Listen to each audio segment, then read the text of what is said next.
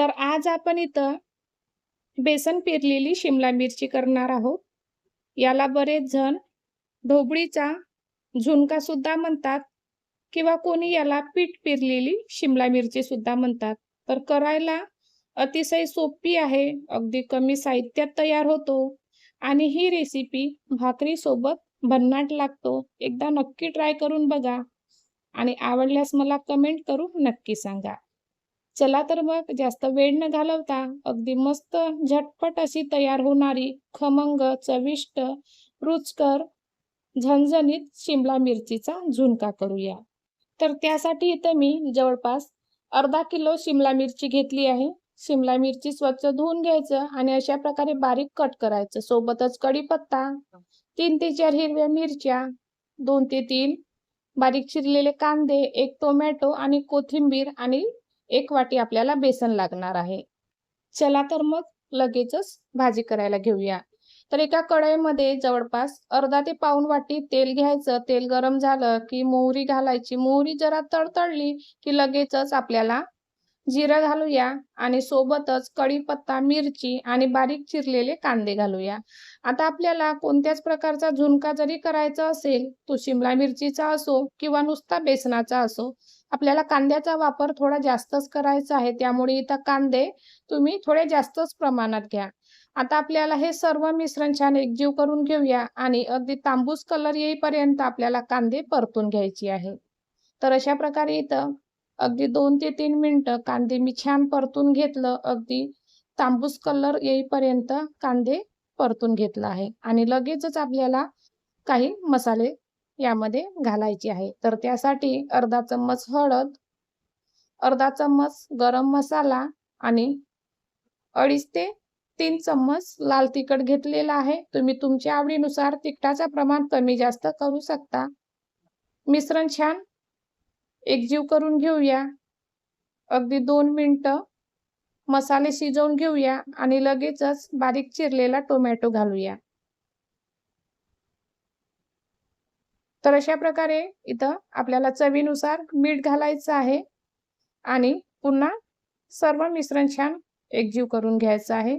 तर आपल्याला या स्टेजला अगदी गॅस पूर्णपणे कमी करायचा आहे आणि थोडं यामध्ये आपल्याला पाण्याचा वापर करायचा आहे, जेणेकरून मसाले हे जळणार नाही किंवा करपणार नाही. जर तुम्ही या स्टेजला थोडं जरी पाण्याचा वापर केलं तर मसाले छान शिजण्यास मदत होईल. आता आपण हे सर्व मसाले छान पुन्हा ढवळून घेऊया आणि अगदी 1 ते 2 मिनिटं मसाले छान वर तेल येईपर्यंत शिजवून घेऊया. तर तुम्ही बघू शकता मसाला आपला छान असा शिजलेला आहे. सगळे मसाले अगदी मस्त शिजलेली आहे. छान वर तेल आलेलं आहे आणि नंतर आपल्याला या स्टेजवर आपण जी कट केलेली शिमला मिरची होती, ती शिमला मिरची घालूया. तर अशा प्रकारे इथं संपूर्ण शिमला मिरची मी घालून घेतली.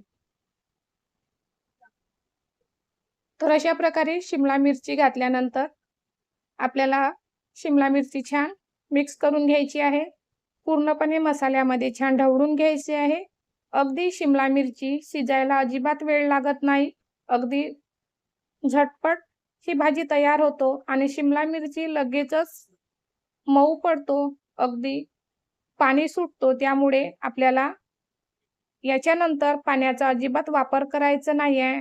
आपल्याला शिमला मिरचीला जो पाणी सुटेल त्याच पाण्यामध्ये भाजी ही पूर्णपणे शिजवायची आहे. तर अगदी आपण 2 ते 3 मिनिटासाठी ही भाजी शिजवून घेऊया. तर अशा प्रकारे इथं 2 ते 3 मिनिटं झालेली आहे. तुम्ही बघू शकता शिमला मिरची अगदी हलकी सॉफ्ट झालेली आहे आणि थोडं पाणी पण सुटलेलं आहे. एकदा पुन्हा भाजीला छान ढवळून घेऊया.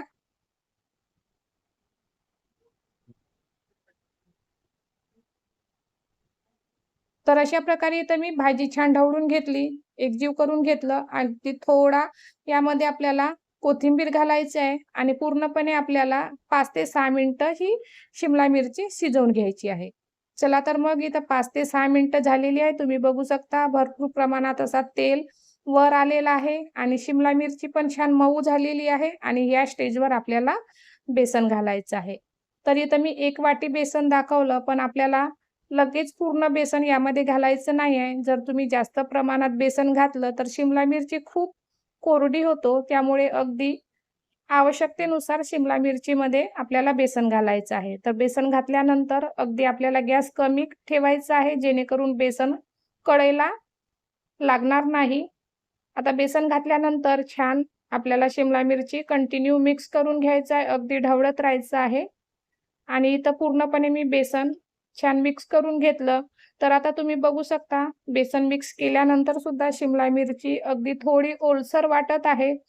तर तुम्हाला जर पुन्हा वाटत असेल तर भाजी खूप ओलसर आहे किंवा यामध्ये बेसन पुन्हा आपण घालू शकतो, तर तुम्ही थोडा पुन्हा बेसनाचा प्रमाण यामध्ये घालू शकता. तर इथं मी अगदी थोडा पुन्हा बेसन घालणार आहे. तर तुम्ही बघू शकता अगदी थोडं मी पुन्हा बेसन यामध्ये घातलेलं आहे आणि पुन्हा आपल्याला हा बेसन पुन्हा छान एकजीव करून घ्यायचा आहे, छान ढवळून घ्यायचं आहे.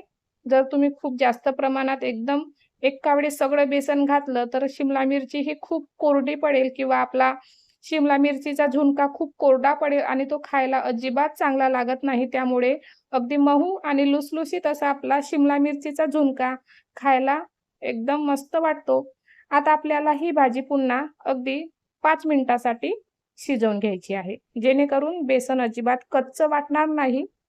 जर तुम्हाला शिमला मिरचीमध्ये बेसन भाजून सुद्धा घालायचं असेल, तर ते सुद्धा तुम्ही भाजू शकता. जसं की सुरुवातीलाच जेव्हा आपण भाजी करतो, तेव्हा बेसन भाजून घ्यायचं आणि नंतर भाजलेला बेसन या स्टेजवर घालायचं. तर अशा प्रकारे इथं 5 मिनिटं झालेली आहे. शिमला मिरची अगदी मस्त मऊसूत आणि आपला झुणका अगदी मस्त तयार झालेला आहे.